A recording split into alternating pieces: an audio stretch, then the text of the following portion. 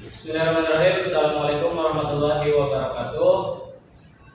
Yang terhormat dosen pengampu mata kuliah Keamanan Big Data Ibu Umi Kalsum Kemkom.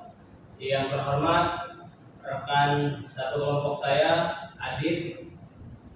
Dan yang terhormat teman-teman semua kelas 5B.Com.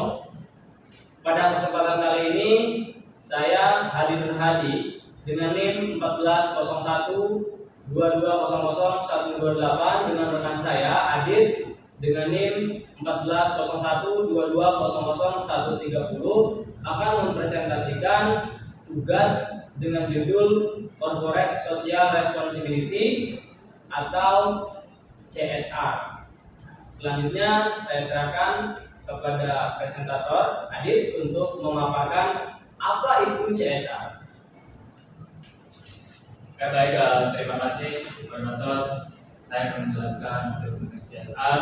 Di sini ada latar belakang. Latar belakang Corporate Social Responsibility atau dalam bahasa Indonesia tanggung jawab perusahaan adalah konsep. Tanggung jawab perusahaan adalah konsep di mana perusahaan mengambil langkah-langkah untuk mengelola dan mengurangi dampak negatif terhadap masyarakat dan lingkungan yang dihasilkan oleh aktivitas bisnis mereka. Konsep ini melibatkan komitmen perusahaan untuk bertindak secara etis dan berkontribusi pada pembangunan ekonomi yang berkelanjutan, memperhatikan kesejahteraan masyarakat, serta melindungi lingkungan. CSR menjadi semakin penting di era globalisasi dan kesadaran sosial yang semakin meningkat, di mana konsumen, investor, dan stakeholder lainnya menuntut transparansi dan tanggung jawab perusahaan. Nah, selanjutnya apa itu CSR? Jadi CSR upaya sungguh-sungguh dari entitas bisnis untuk meminimalkan dampak negatif dan memaksimalkan dampak positif operasinya terhadap seluruh pemangku kepentingan dalam ranah ekonomi, sosial, dan lingkungan agar mencapai tujuan pembangunan berkelanjutan. Nah, CSR sebagai adaptasi perusahaan terhadap perubahan. CSR sangat erat hubungannya dengan pembangunan berkelanjutan atau dalam bahasa Inggris disebut Sustainable Development, yang diartikan sebagai proses pembangunan lahan, kota, bisnis, masyarakat, dan sebagainya, yang berprinsip memenuhi kebutuhan sekarang tanpa mengorbankan pemenuhan kebutuhan generasi masa depan. Salah satu faktor yang harus dihadapi dalam rangka mencapai pembangunan berkelanjutan adalah memperbaiki kehancuran lingkungan tanpa mengorbankan kebutuhan pembangunan ekonomi dan keadilan sosial.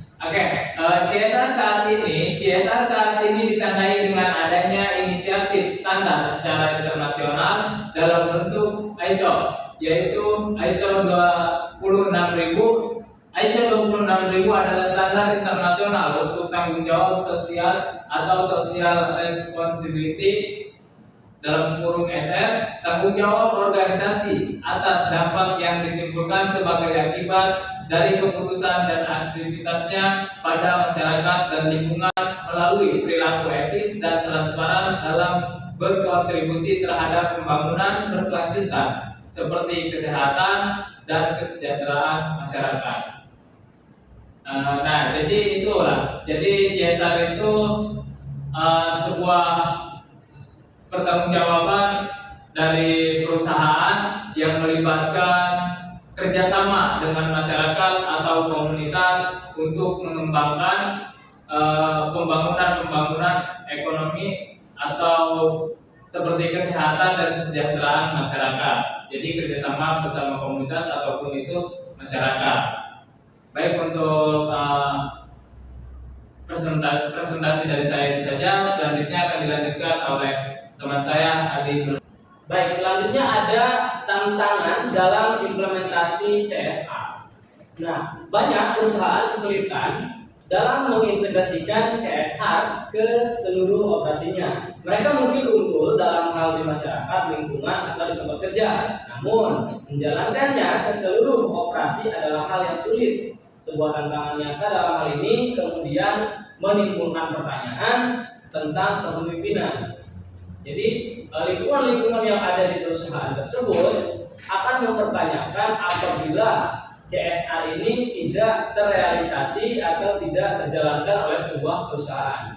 Nah, dan itu menjadi tantangan tersendiri untuk perusahaan tersebut. Nah, selanjutnya ada penerapan CSR. Nah, penerapan CSR ini memiliki bentuk yang sangat beragam.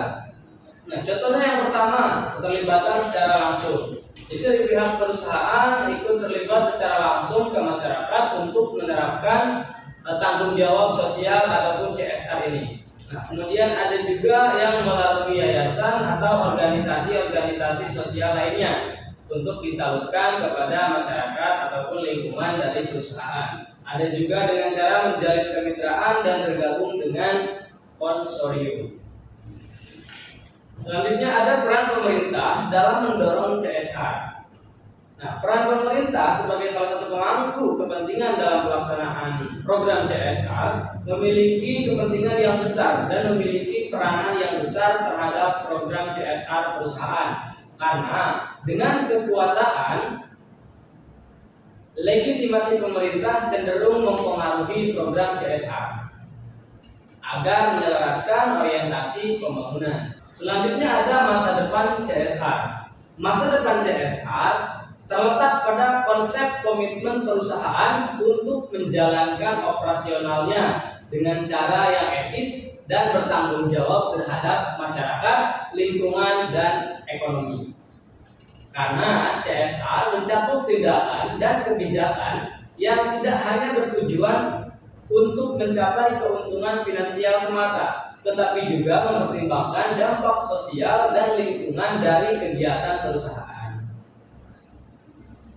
Nah, selanjutnya ada kesimpulan. Kesimpulannya, CSR memegang peranan yang sangat penting dalam meningkatkan kesejahteraan masyarakat. Program CSR yang diimplementasikan dengan tepat memiliki potensi untuk memberikan kontribusi yang besar dan peningkatan kualitas hidup untuk masyarakat sekitarnya. Sekian presentasi dari kami. Saya Hadi Nur Hadi dan rekan saya Arif pamit undur diri. Apabila terdapat banyak salah kata dan tindakan, kami mohon maaf yang sebesar-besarnya. Kami akhiri. Wassalamualaikum warahmatullahi wabarakatuh.